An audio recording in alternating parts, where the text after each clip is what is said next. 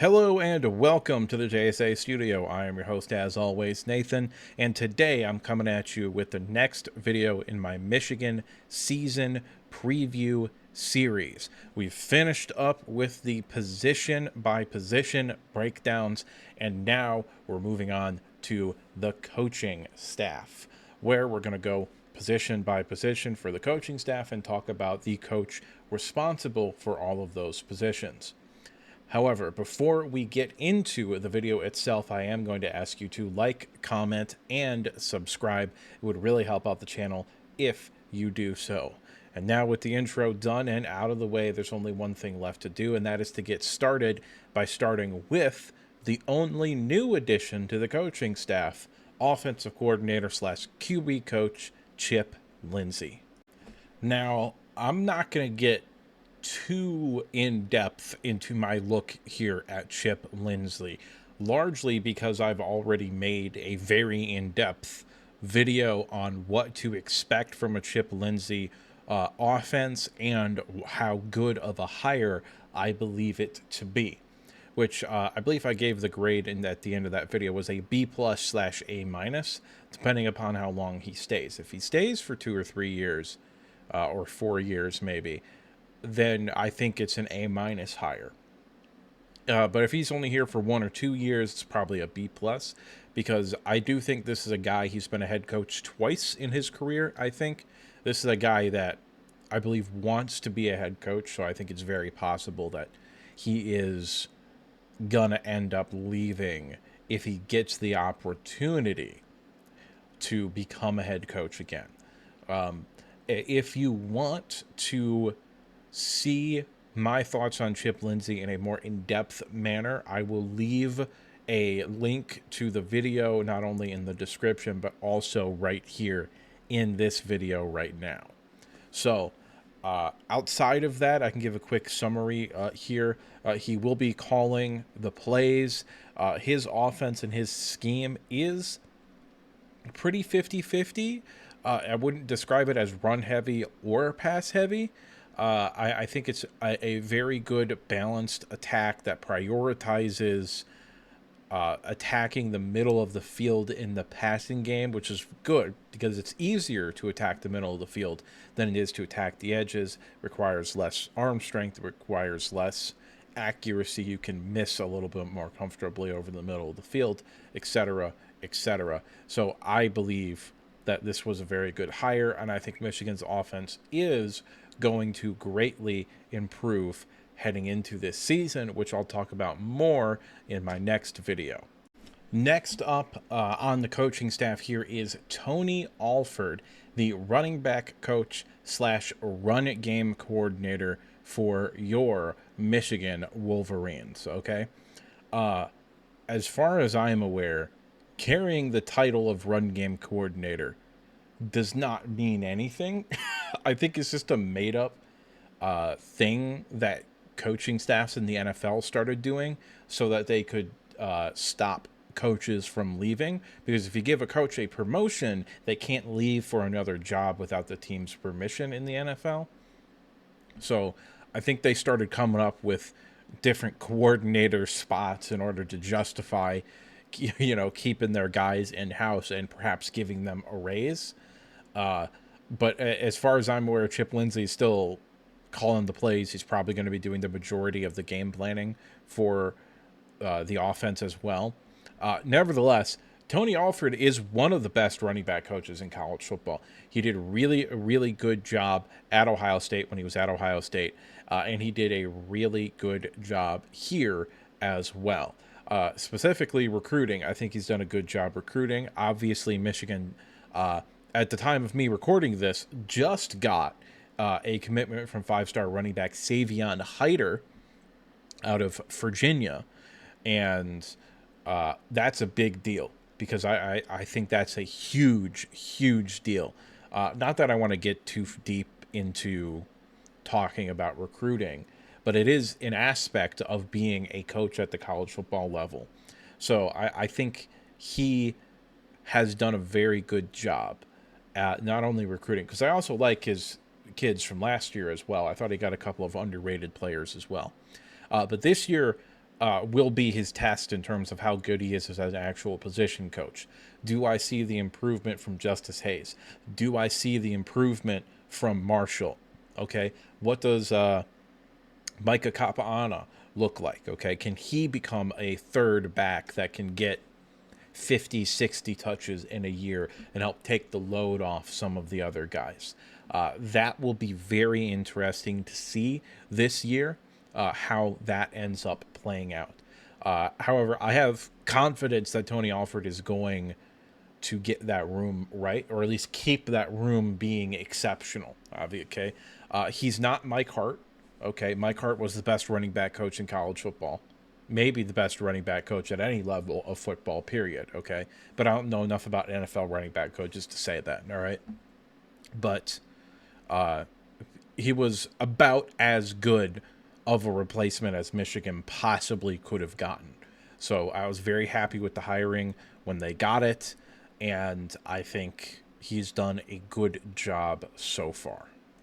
Ron Bellamy is the next coach here that I am going to talk about here in this video. And Ron Bellamy is somebody that gets a lot of hate for absolutely no reason. And I gotta be honest with you, I do not particularly understand why he gets the hate that he gets. Okay? Because it's like, oh, last year the wide receiver room was bad. Yeah, it wasn't as bad as you thought it was. I can guarantee you it.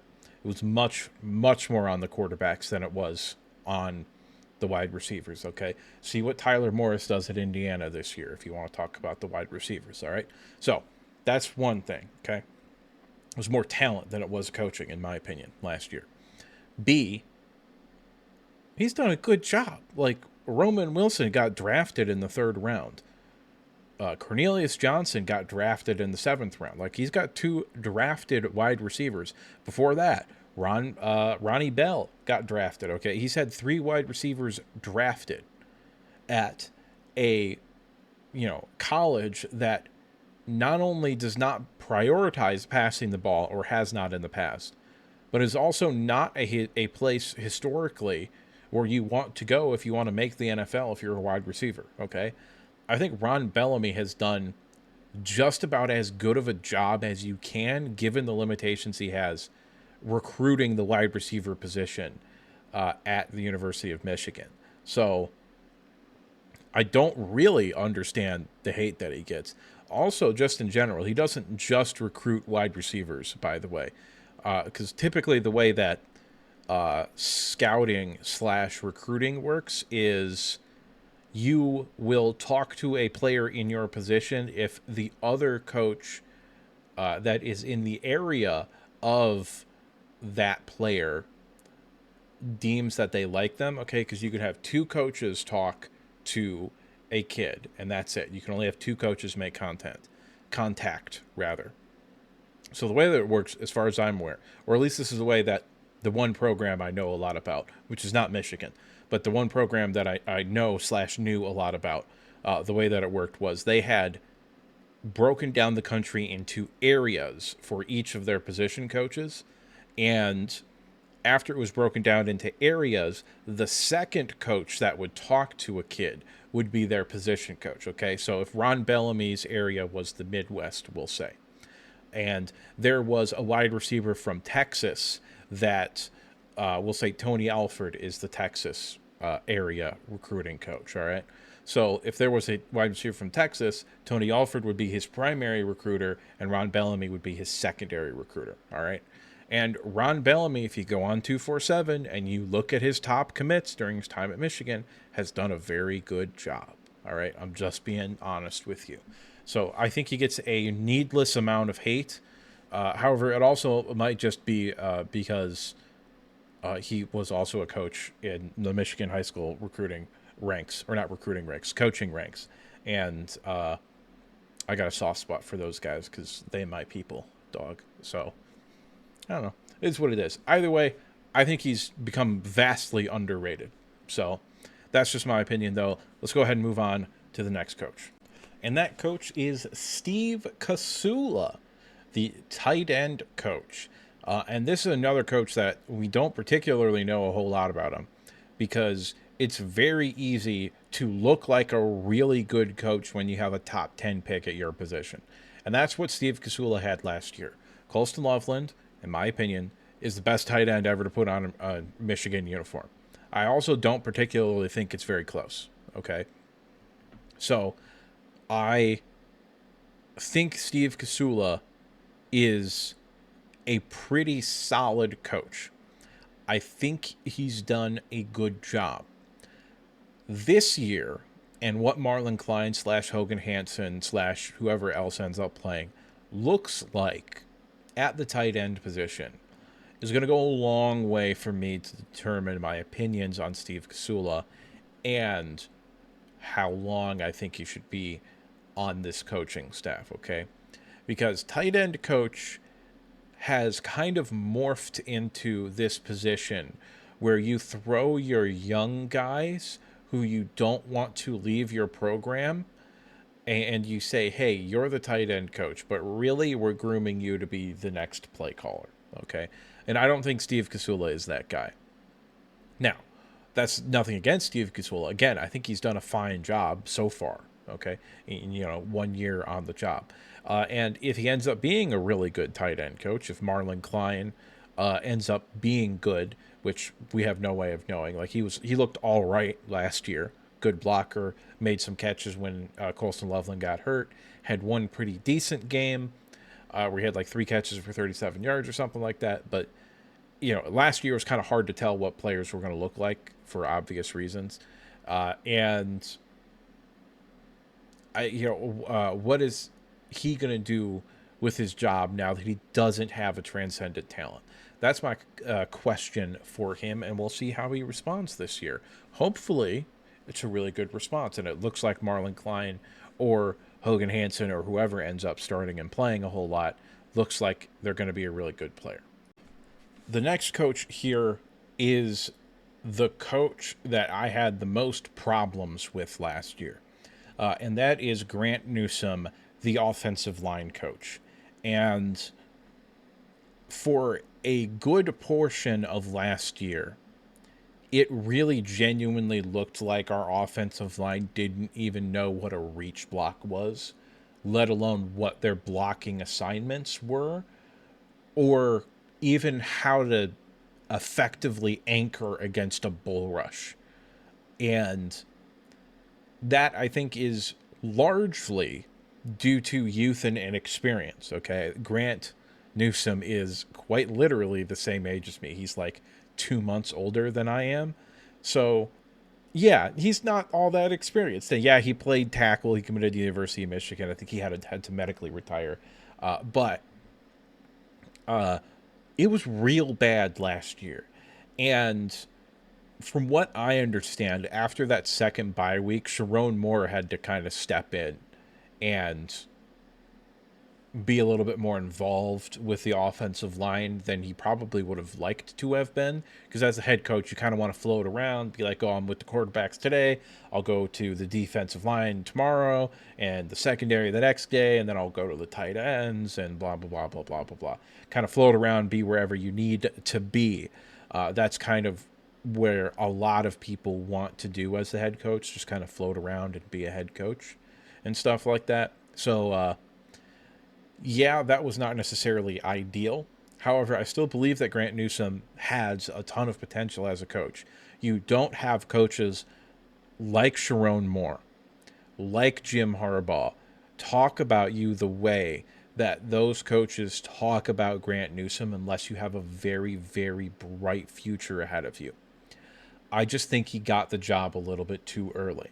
And as we'll talk about at the end of this video, they got him some help this year. They hired an analyst. An analyst can coach now. They're not restricted to just watching film and giving reports to the head coach. They can actually coach and interact with players and stuff now. So yeah, they did get him some help this year. So we'll get to that a little bit later. But it was a rough patch last year. The redeeming factor for him is he got 2 5-star offensive tackles to commit and got another stud offensive tackle in this year's class as well. So as well as the number one ranked center, I believe, as well, and Caden Strayhorn, I think is his name. So he's killing recruiting, absolutely murdering it. And if you can recruit like this kid can recruit, you don't need to necessarily be the greatest coach, okay? Other people can do the actual coaching. You do the recruiting. That's why you're here. That's why we're paying you. And I'm perfectly fine with that. Anyway, we're going to move on to the next coach here. And that coach is defensive coordinator Don Wink Martindale. He is also, I believe, still the edge coach slash offensive or outside linebacker coach. So he doesn't have that listed as part of his title, but he did last year. So I'm not sure if that's part of his duties still or if they've given that to somebody else. But I kept it on here because I don't know why. I just felt like I should keep it on here. As far as Wink Martindale as a coach goes, he kind of had a pretty interesting character arc when it comes to the way that the season went. Because early on in the year, he really struggled, not only in terms of play calling, but in terms of like a fundamental understanding of what you can do in college. Because he wasn't in college football for like 25 years. Okay, he was the defensive coordinator for Postion College in the early 2000s, and then he was in the NFL for 20 years after that. Okay, so this was not someone that had been in college football for a very, very long time. He was an NFL guy through and through. And it was hard for him to adjust. He had to go through a learning curve, in my opinion. He had to look himself in the mirror and say, uh-oh, I can't get away with the shit that I can get away with in the NFL because I don't have the players. And I can't make things as complicated as I am or as I want to because these are college players who are 5 years younger than guys I'm used to working with. So it was a bit of a learning curve for him. However, after the USC game, where in that second half they kind of got, taken care of a little bit, and Miller Moss had a great game at quarterback in that game. Did a really good job. But he also had a lot of opportunities to make a lot of plays in that game as well. So I think that was the game where he had to look at himself in the mirror and realize, oh, I can't do the things that I want to do. I can't play press man coverage or even off man coverage and blitz as much as I want to. Okay, so he pulled back on the blitzing some, started to work in more zone coverage, which is where I think Jair Hill is going to thrive, is going to be in more of a zone coverage scheme.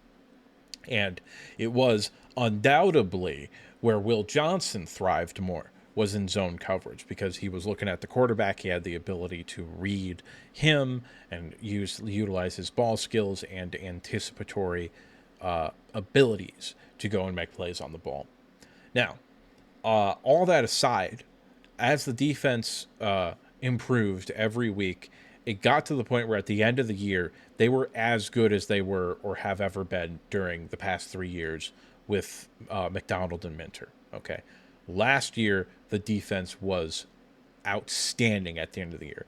They held an offense that had a drafted quarterback, 2 running backs go in the second round, a first-round wide receiver with the best player in the country in Jeremiah Smith, and another probable first-round receiver, or draftable receiver at least, in Carnell Tate, with a draftable tight end, with 4 offensive linemen that I think got drafted, although one of them was hurt, in Donovan Jackson.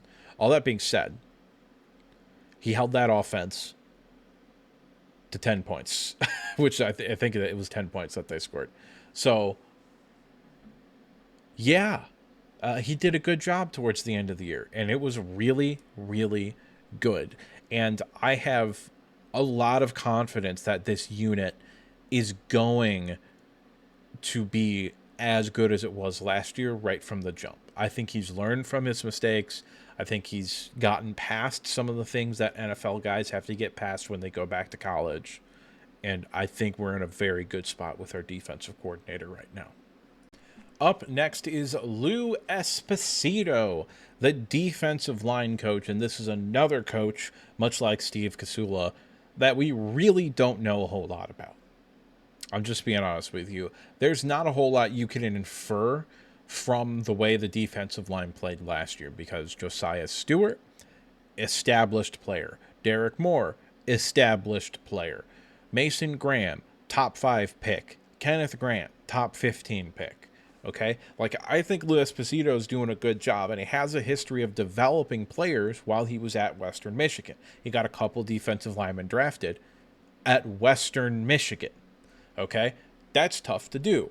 I believe he's an excellent coach. I just don't have a whole lot of proof of it right now, because it's really easy to appear like an excellent coach when you have 3 players drafted in, I believe, the top 75 of the NFL draft starting on your defensive line, and a guy that might damn well go in the first round this year in Derek Moore, to go along with several other draftable backup caliber players. So yeah, it's really easy to look like you know what you're doing when you've got all that talent in the room, all right? Now, all of that aside, I do think he's a good coach, and I think he's going to be a really, really good coach. And I think he's going to be here for a minute, too. I don't necessarily see him as the type of guy that's going to try to jump ship or do other things. Also, he's got a 5-star commit in Carter Meadows this year, so that's good. We'll see how he develops some of the raw talent that Michigan had when he got here, like Ludvard Idokpai, I think is how you say his name. That kid is incredibly raw and incredibly talented. Dom Nichols is another guy that's incredibly talented as well, just physically gifted, those 2 players. So we'll see how they improve this year, and then maybe next year we can come to a better conclusion on Lou Esposito. Brian Jean Mary is the next coach here, and I have even less to say about him than every other coach that I've said I've had less to say about here. The linebackers were okay last year. Ernest Hausman was very good. He was also an established player. Jashawn Barham was also significantly worse than he was at Maryland. I believe he was an all Big Ten performer at Maryland, transfers to Michigan and has not a very good year. Looks largely like a completely different player. So that's maybe a little bit concerning. Now, reports out of camp is that Ernest Hausman is going to play himself into the first round of the NFL draft, which would not surprise me, because he's that kind of athlete. And he's got the instincts, okay? He's maybe a little bit small, but that's the modern NFL. So that also would not surprise me a whole lot, okay? It's kind of the same thing with Lou Esposito. Like, we're going to find out more about him this year, now that he's had 2 years into the system and 2 years to develop players now. So we're going to see more of his touch on those players, and we're going to see how they develop this year. So Lamar Morgan is the final coach that we're going to be talking about at an individual level today.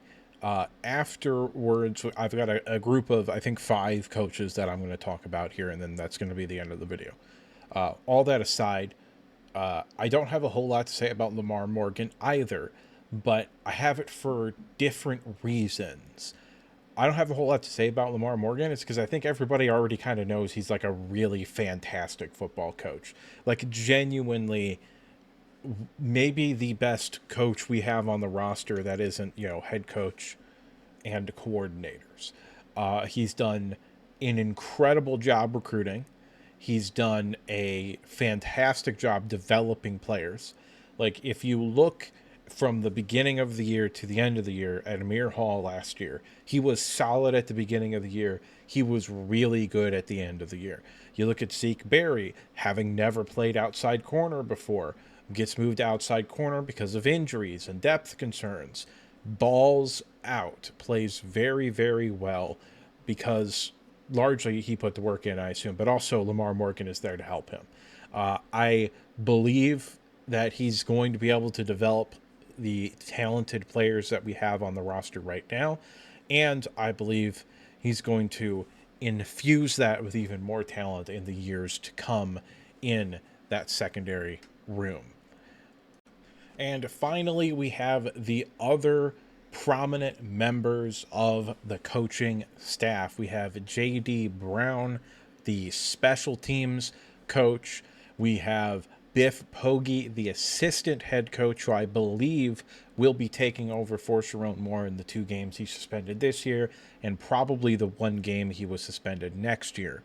We then have Justin Truss, the strength and conditioning coordinator, as well as Sean McGee, the general manager, who did not leave to be Navy's athletic director, despite having been very connected to that job this offseason. And finally, we have the most important guy on this list, in my opinion, in Juan Castillo, who is, or was rather, an offensive line coach for multiple NFL teams, but most famously probably the Chicago Bears, for a very, very long time. And I think that might have been the biggest hire that Sharon Moore made in his entire career, which is only 2 years as a head coach, but it might be the most important decision he's ever made as well. I think getting a guy who has been an offensive line coach for 20 years, like Juan Castillo, is an exceptional move when you have a guy who 20 years ago was like 6 years old being the coach of that position right now. So I think that's a very savvy move.